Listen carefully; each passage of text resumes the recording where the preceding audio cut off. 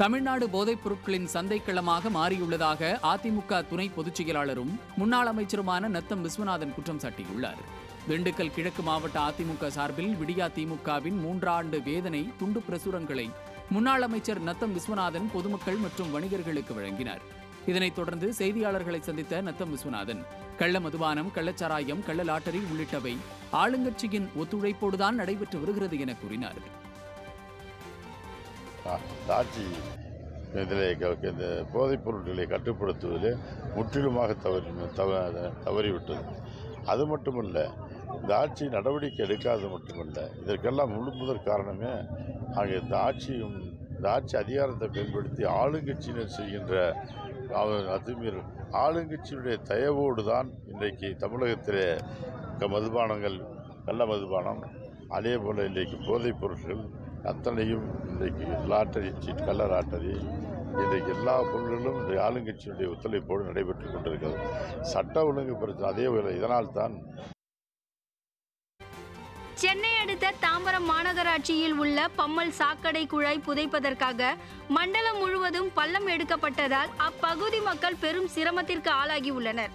மேலும் இது மழைக்காலம் என்பதால் அந்த பகுதி முழுவதும் சேரும் சகதியுமாக காட்சியளிக்கிறது.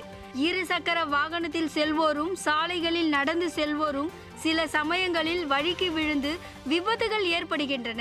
மேலும் குழந்தைகளை பள்ளிக்கு அழைத்து செல்பவரும் அலுவலகம் செல்பவரும் தட்டு தடுமாறி செல்லும் நிலைக்கு ஆளாகப்பட்ட நிலையில் விரைந்து பணிகளை முடிக்க வேண்டும் என விடியா திமுக அரசை மக்கள் வலியுறுத்தியுள்ளனர்.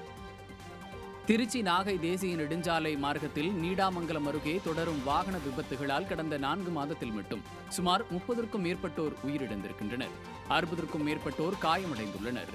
நார்த்தாங்குடி பகுதியில் அடிக்கடி விபத்துகள் நடைபெற்று ஏராளமானோர் பலியாகி வருகின்றனர். எனவே அப்பகுதியில் ரவுண்டானா அமைத்து மனித உயிர்களை காக்கும் வகையில் பாதுகாப்பு தடுப்புகளை அமைக்கவும் அப்பகுதி மக்கள் கோரிக்கை விடுத்துள்ளனர். நெய்வேலி NLC 2வது சுரங்கத்தில் கன்வேயர் பெல்ட்டில் சிக்கி தொழிலாளி உயிரிழந்த சம்பவம் சோகத்தை ஏற்படுத்தியுள்ளது.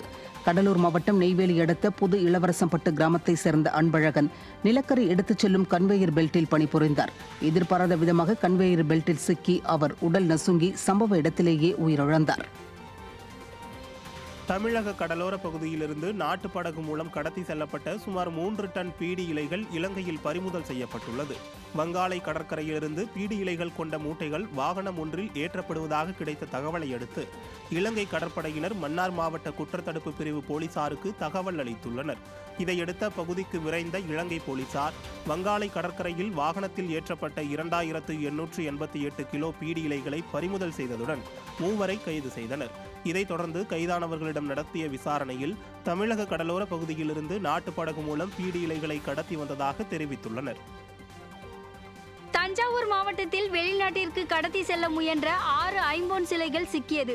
மயிலாடுதுறை அருகே உள்ள கொர்க்கை கிராமத்தில் கடந்த சில ஆண்டுகளுக்கு முன்பு லக்ஷ்மணன் என்பவர் தனது வீட்டினை புதுப்பிக்க பள்ளம் தோண்டியுள்ளார். அப்போது 6 ஐம்பொன் சிலைகள் கிடைத்த நிலையில் அவற்றை வெளிநாட்டிற்கு கடத்தி விற்பனை செய்வதற்காக பதுக்கி வைத்துள்ளார். இந்த நிலையில் தற்போது தஞ்சாவூர் திருச்சி நெடுஞ்சாலையில் அந்த 6 ஐம்பொன் சிலைகளை காரில் கடத்தி செல்ல முயன்ற போது சோதனையில் சிக்கி உள்ளனர்.